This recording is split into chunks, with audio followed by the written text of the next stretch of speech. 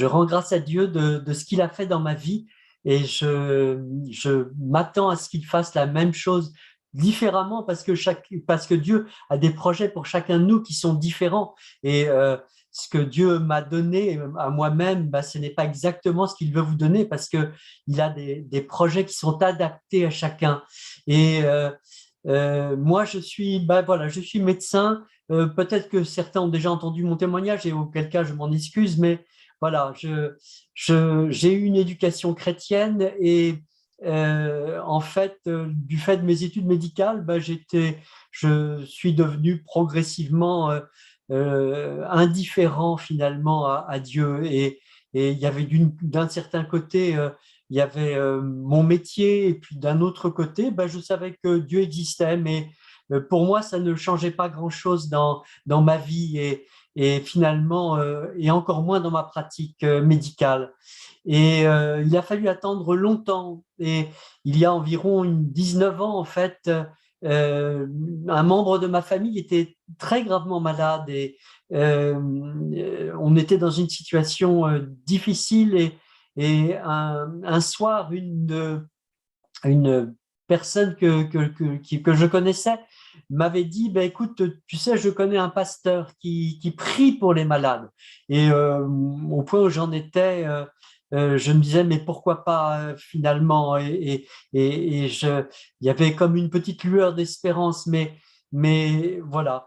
Et puis, j'avais rencontré à l'hôpital ce médecin qui m'avait laissé aucun espoir.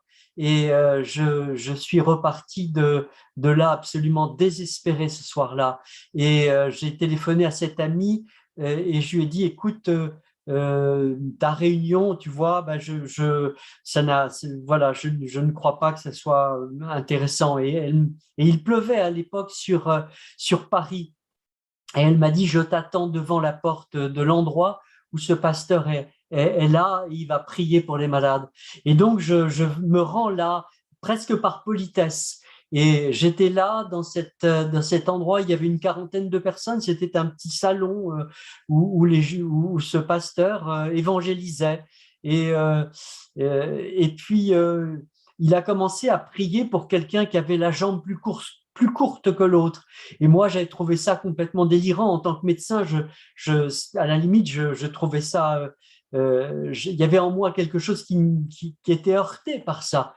Euh, Encore une guérison, mais ça me heurtait. Et alors, c'est à cet instant, pourtant, que le Seigneur m'a touché, en fait. À cet instant, il y avait un autre médecin qui était dans cette assemblée. Et ce médecin a commencé à se moquer de ce pasteur.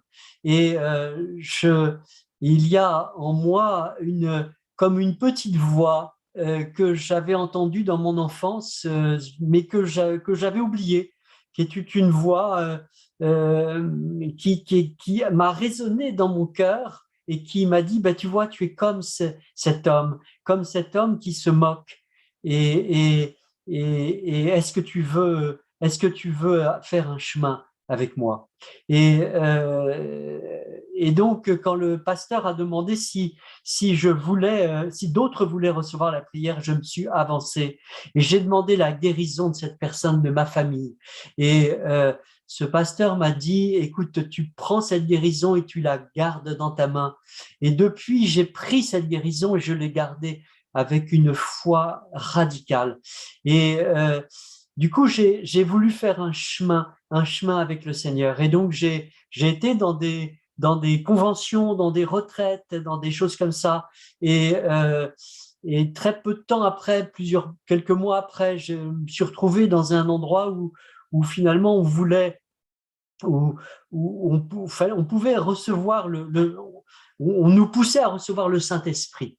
Et il y avait là une assemblée, on était à peu près 200 personnes, et il y avait des pasteurs et des prêtres qui étaient là. C'était en milieu interconfessionnel, et, ils priaient pour que les gens reçoivent le Saint-Esprit. Et moi, je me suis avancé comme les autres, et j'ai reçu en fait une puissance d'amour qui m'a traversé le corps d'une telle manière que je me suis retrouvé par terre. Je ne pouvais plus tenir debout. Et je disais au Seigneur, mais Seigneur, si tu m'en donnes une goutte de plus, je vais éclater. Et effectivement, je pense que j'étais comme, si vous connaissez la parole de Dieu, comme ces outres sèches qui, qui, qui, qui étaient prêtes à éclater. Et le Seigneur me donnait juste ce qu'il fallait pour que je puisse tenir. Et en fait, ça a duré. Et au bout d'une heure, trois quarts, j'ai pu me relever. J'étais rempli de l'amour de Dieu et j'étais complètement changé radicalement.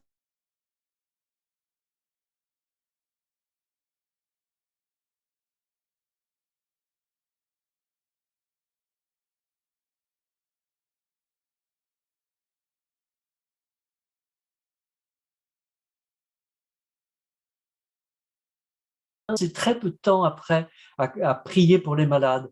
Et la personne de ma famille, peu de temps après, a commencé à vivre ses premières guérisons. Aujourd'hui, elle est complètement guérie et, et euh, elle est magnifique. Et donc, j'ai commencé à prier pour les malades. Et je me souviens de la première personne pour qui j'ai prié, qui était une personne qui avait un cancer du poumon. Et cette personne devait être opérée. Et, euh, et elle avait on devait lui retirer en fait la moitié d'un poumon parce que le chirurgien ne pouvait pas faire différemment. Il avait dit que il y avait pas, la greffe ne pourrait pas avoir suffisamment de taille pour pouvoir sauver une portion suffisamment importante du poumon. Et la maman qui était dans mon bureau ce jour-là était très inquiète parce que vivre avec la moitié d'un poumon simplement, c'est pas facile. Et donc, moi, j'étais pris une saisie de compassion pour cette personne. Et j'ai dit, mais est-ce que vous voulez que je prie pour votre fille? Et cette personne a été interloquée parce que elle ne me connaissait pas en tant que, que, que chrétien, que croyant.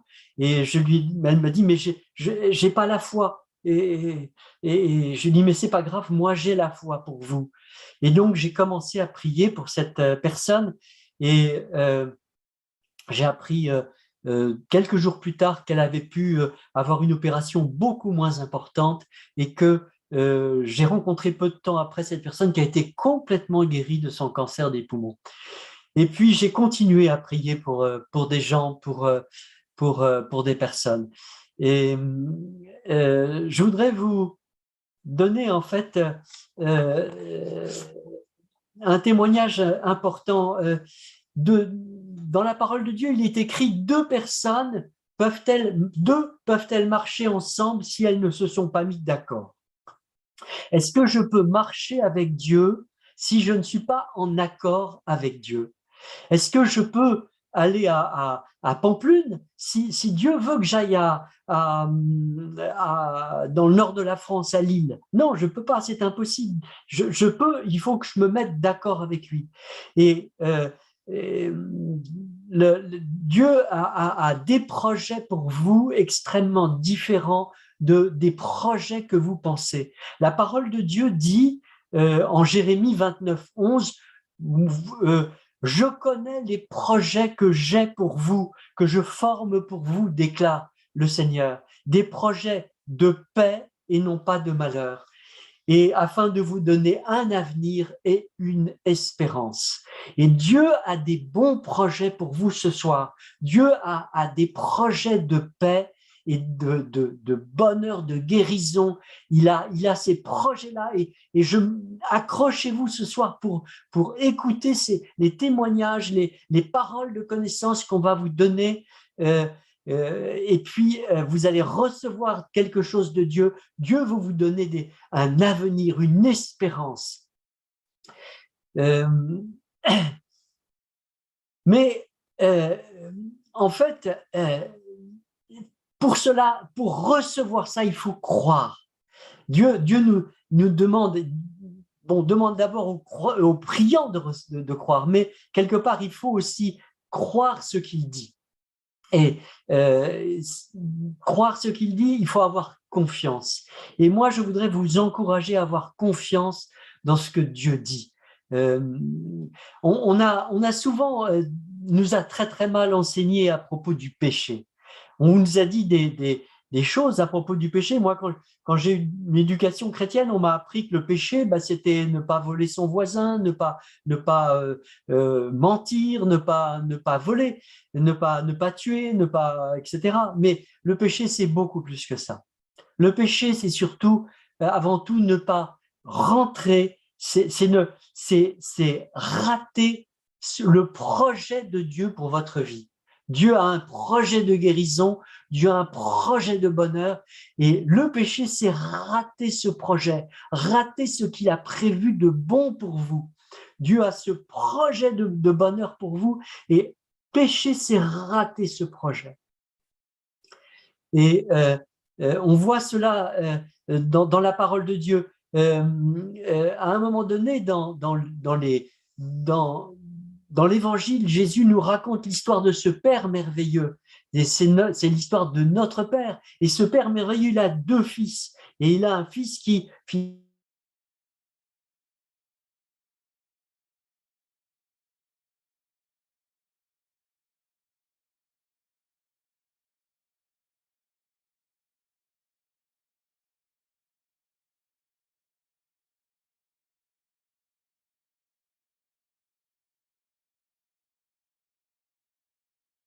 c'est ce verbe qui s'appelle armatano. Eh bien, ce verbe armatano veut dire j'ai raté le projet que Dieu a pour vous. Dieu a un projet de guérison, Dieu a un projet de bonheur, et Dieu a un projet pour votre vie, un projet de bénédiction. Alors, je voudrais vous donner un autre témoignage pour vous encourager. Il y a quelque temps, j'étais à une réunion de prière en Suisse, et à cette réunion, il y avait un médecin qui était là, et ce médecin avait eu une sciatique paralysante, et cette sciatique entraînait une paralysie de son pied.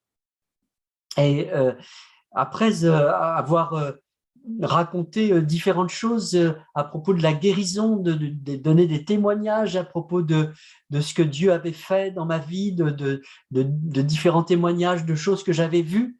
Cette femme s'est avancée et m'a dit, mais est-ce que vous croyez que Dieu pourrait guérir mon pied? Est-ce que je pourrais remarcher? Et donc, parce qu'elle marchait très difficilement avec un pied qui ne pouvait pas se relever. Et je lui dis, bien sûr, Dieu veut vous guérir.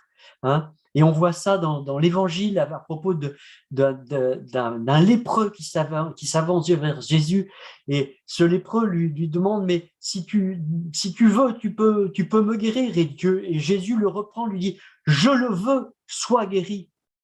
Et Dieu veut vous guérir. Jésus n'a passé sa vie sur terre à vouloir nous guérir. Et donc, j'ai prié pour cette femme et instantanément, son pied s'est relevé et elle a pu relever le pied. Voilà.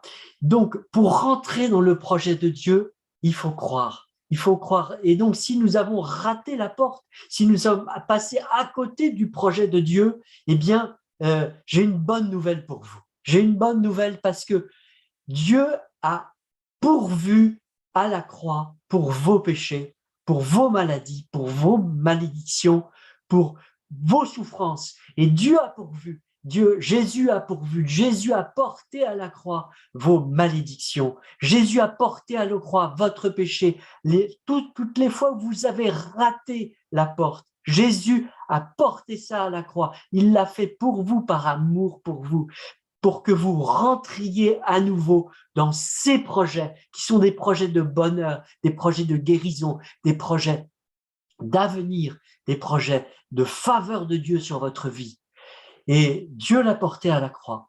Et donc, tout ce que vous devez faire, tout ce que vous faire, c'est faire la démarche, la même démarche, peut-être que j'ai faite moi-même, la même démarche que j'ai faite moi-même un jour, et de dire, Seigneur Jésus, je te demande pardon pour tous mes péchés. Et moi, je vous engage à peut-être là maintenant, si vous avez l'impression d'avoir raté la porte, d'avoir raté les projets de Dieu pour votre vie, d'avoir raté la guérison de Dieu, si vous avez le sentiment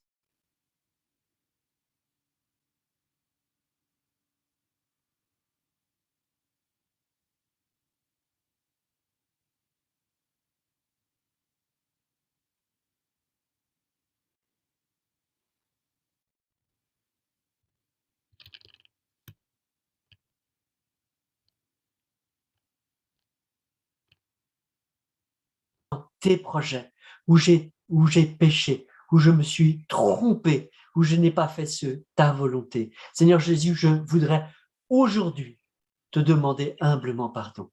Seigneur, je crois, dites-le avec votre bouche, témoignez avec votre bouche devant l'ennemi, devant le diable, que vous voulez changer radicalement de vie. Seigneur Jésus, je te demande pardon pour tous mes péchés. Je crois que tu es mort pour mes péchés. Je crois que tu es mort pour mes malédictions. Je crois que tu es mort pour mes maladies, pour mes souffrances. Et je crois que tu es ressuscité d'entre les morts. Seigneur Jésus, je veux aujourd'hui être au bénéfice de ce que tu as fait pour moi. Je veux changer radicalement. Et maintenant, je veux, Seigneur, changer et te suivre maintenant, Seigneur. Je te donne ma vie, elle t'appartient maintenant. Fais dans ma vie des projets, les projets que tu as sur ma vie. Fais-les maintenant, accomplis-les maintenant, au nom de Jésus. Et croyez maintenant que parce que vous avez fait cette prière, eh bien, vous allez avoir un changement radical pour votre vie. Et s'il y a quelqu'un qui a une douleur dans le dos, qui a une sciatique, eh bien, je déclare maintenant au nom de Jésus que cette sciatique part maintenant au nom puissant de Jésus. Qui je suivais pour ses problèmes cardiovasculaires et puis cet homme, je le vois au mois d'août, enfin il est venu au mois de septembre, pardon, et il me dit, écoutez, au mois d'août, on m'a trouvé un cancer de l'ésophage. Et je suis suivi dans un hôpital parisien, et puis là, on va entreprendre une série d'examens pour faire une chimiothérapie, faire tout ça. Et donc, voilà. Et puis moi, je ressens dans mon cœur que le Seigneur me dit, mais prie pour cet homme. Et donc, je ne sais pas trop comment amener la chose. Et donc, je lui dis, bon, comment est-ce que votre femme a trouvé ça? Et il me dit, je ne suis pas marié, je suis homosexuel. Et, euh, et alors là, j'ai un moment d'arrêt. Et c'est vous dire que moi, j'ai encore besoin aussi de guérison. Et donc, je dis, mais Seigneur, tu veux quand même pas que je prie pour cet homme? Et le Seigneur me reprend sévèrement et de me dire de prier pour cet homme. Et donc, j'ai prié pour cet homme et cet homme a été guéri de son cancer. Il a été guéri et en fait, il a été convoqué pendant plusieurs années, tous les 6 mois. Ils ont réexaminé ses lames. Ils ne voulaient pas croire que le cancer avait disparu. Et si tu es dans cette situation ce soir, si tu as un cancer, je prends autorité maintenant sur les cellules cancéreuses. Si tu as ce soir un cancer et je commande aux cellules cancéreuses qui sont chez toi de se dessécher maintenant par la puissance du nom de Jésus. Au nom de Jésus, cellules cancéreuses, je vous maudis au nom de Jésus. Et je commande à tout cancer de quitter ta vie maintenant par la puissance du nom de Jésus. Amen.